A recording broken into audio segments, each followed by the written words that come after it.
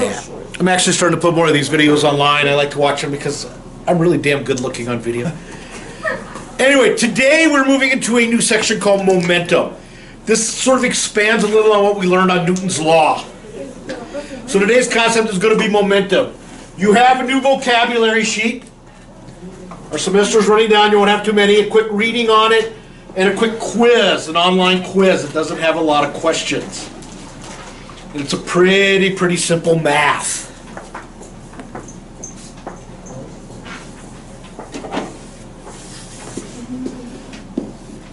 You notice I don't even have a cheat sheet because this is going to be pretty easy. That's what I like to hear. Easy.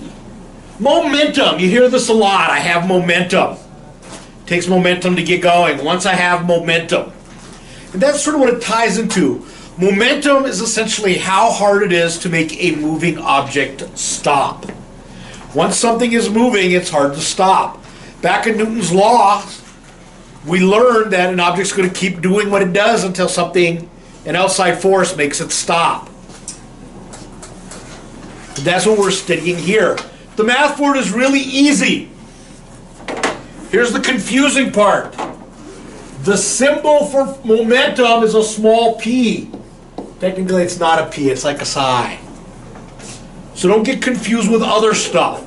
But you're going to see a p, and most people think momentum, it should be an m. The formula for momentum is simply momentum equals your mass multiplied by your velocity. Two things easy. Remember, your mass, and we went over this time and time again, is measured in kilograms. Velocity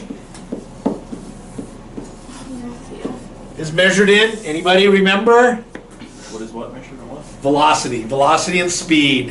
What are they measured in? What is the unit? We used it yesterday too. It's meters per second.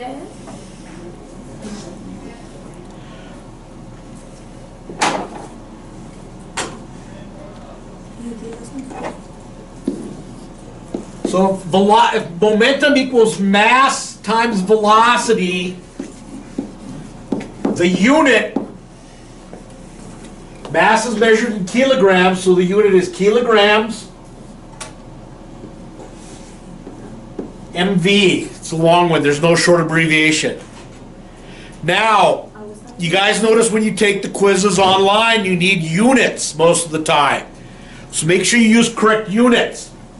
If it asked you for momentum, you would type it out this way, kg space mv. You can type it together. It will also take kg m slash v or kg asterisk m slash v. You can enter the unit for momentum either way like that. And essentially you're going to learn on this, the more mass something has, the harder it is to make stop. The more velocity something has, it's easy to make stop. This is why a semi-truck has a hard time stopping when the little car stops in front of it. Little car, little mass, it can stop quick. It stops in front of the semi has a lot of mass and goes over it.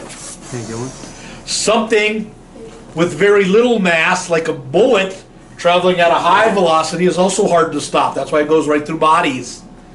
They're in the back like they always are.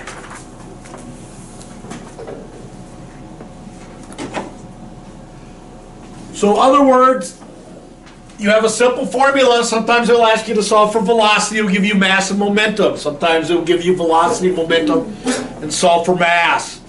We should be easy at manipulating a simple number like that.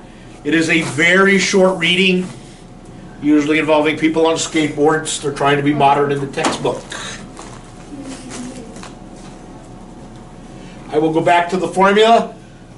Read the momentum really quick. There's a cool little video on it. Take the quiz. You get 2 chances at it. Make sure you use the correct units, and then start working on the new vocabulary. Tomorrow I'll have progress reports ready for you. I'm going to hand back papers today, but tomorrow I'll have the progress reports. Any question on what you guys need to work on today? And I'll come by and tell you if you didn't finish yesterday's assignment. A lot of people didn't. You want the formulas? There you go.